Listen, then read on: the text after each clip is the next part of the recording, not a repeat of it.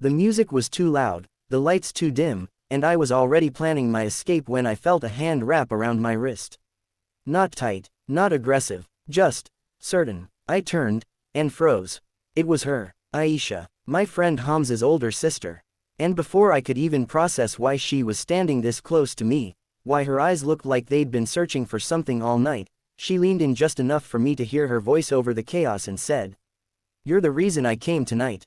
My brain short-circuited. Of all the things I expected at that party, cheap soda, loud music, awkward conversations, this wasn't one of them. Aisha had always been untouchable. Not in an arrogant way.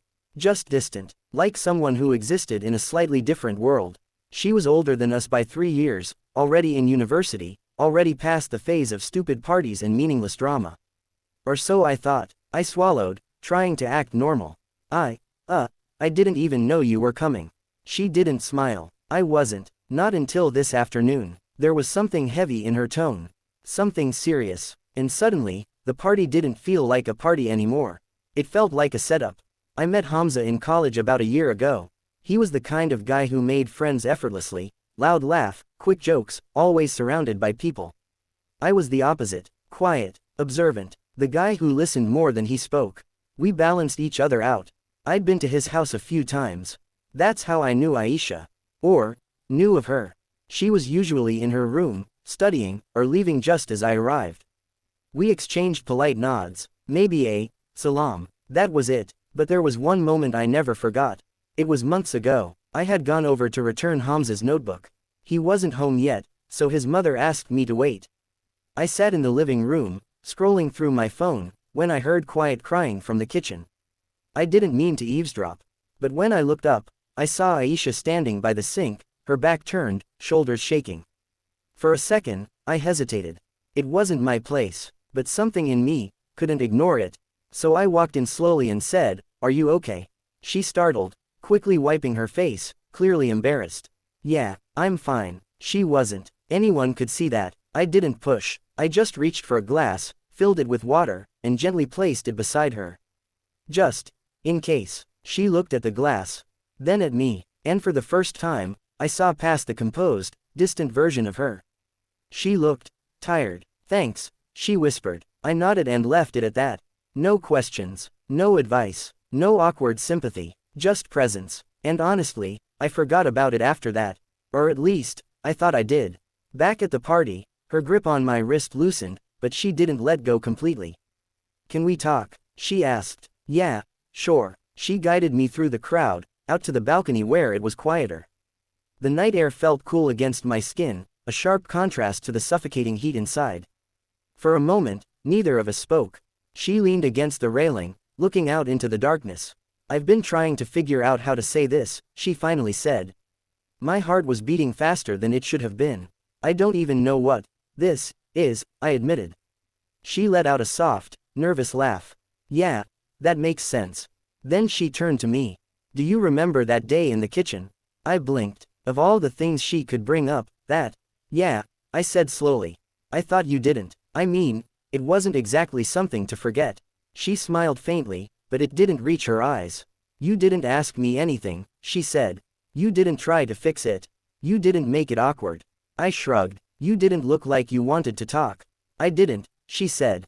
"Not to anyone." There was a pause. "But you stayed," she added softly, "in your own way." I didn't know what to say to that. So I said nothing. She took a deep breath, like she was preparing to jump into something deep. "I was going through a really bad time back then," she said. "I had just ended a relationship, or, well, he ended it.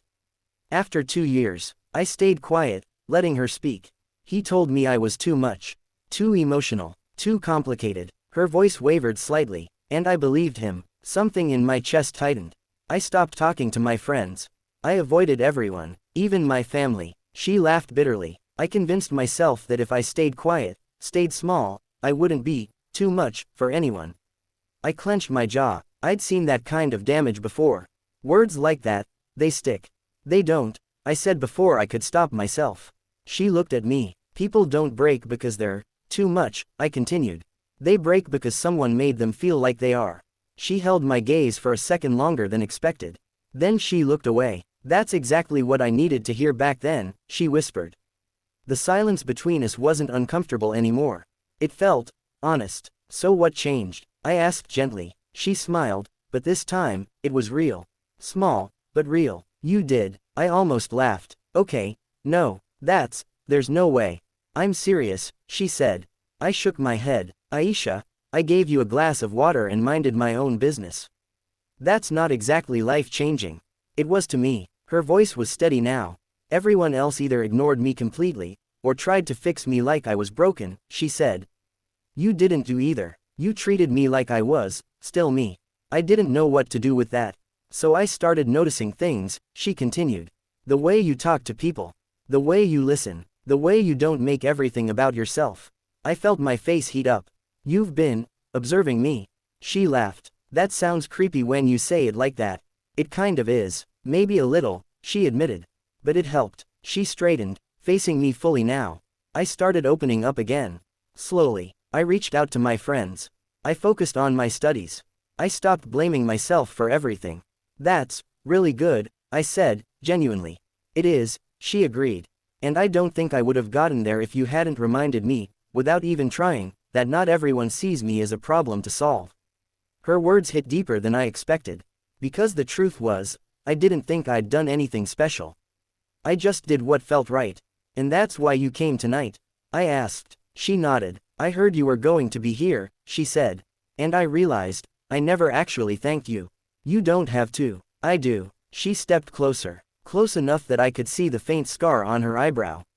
Close enough to notice the way her hands trembled just slightly. Thank you, she said. Simple, but heavy. I swallowed. You're welcome. For a moment, we just stood there.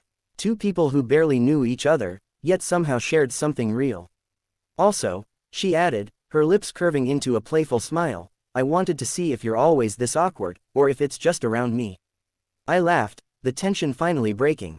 Wow, and here I thought this was a heartfelt moment. It is, she said. I just didn't want you getting too comfortable. Too late. Good. The music from inside shifted to a slower beat. The energy of the party changing. You want to go back in? I asked. She glanced toward the door, then back at me. Actually, no. I raised an eyebrow. I think I've had enough of crowds for one night, she said. But, if you're leaving too. I hesitated for a second. Then I smiled. Yeah, I was planning my escape anyway. Perfect. We left the party together. The night air felt different now. Lighter. We walked down the quiet street, the distant noise of the party fading behind us. So, she said after a while, what's your story? My story. Yeah, the quiet observer who accidentally changes people's lives. I scoffed. That's not my story. Then tell me the real one. I thought about it, about all the times I felt invisible. All the times I chose silence because it was easier than explaining myself. I guess, I just tried to be the person I needed when I was struggling, I said finally. She nodded, like she understood more than I said. That's a good way to live, she said. Yeah, sometimes. We reached a small roadside tea stall, still open despite the late hour. Chai? She asked. I smiled. Now that sounds like a good idea. We sat on the worn wooden bench, 2 cups of steaming chai in our hands. No music, no crowd, just quiet. You know, she said, staring into her cup, I used to think healing had to be something big. Some grand moment where everything suddenly makes sense. And now I think it's small things, she said. A kind word, a quiet moment, a glass of water. I smiled. Yeah, I said, that sounds about right. She looked up at me, her eyes softer now. Sometimes, she added, it's a person. I didn't respond. I didn't need to. Because in that moment, I understood something I hadn't before. You don't always know the impact you have on someone. You don't always see the difference you make. But that doesn't mean it isn't there. And sometimes, the smallest actions can change someone's entire direction. We finished our chai, talking about random things, college, movies, stupid childhood memories. Nothing heavy, nothing complicated, just easy. When we finally stood up to leave, she looked at me and said, I'm glad I came tonight. Me too, I said. And for the first time, I meant it. Not because of the party, but because of what came after. As I walked home, one thought stayed with me. We spend so much time trying to be impressive, trying to say the right thing, do the right thing, but maybe, It's not about being impressive. Maybe it's about being present. Because you never know who might be standing in the corner of their life, waiting for someone to simply see them. And some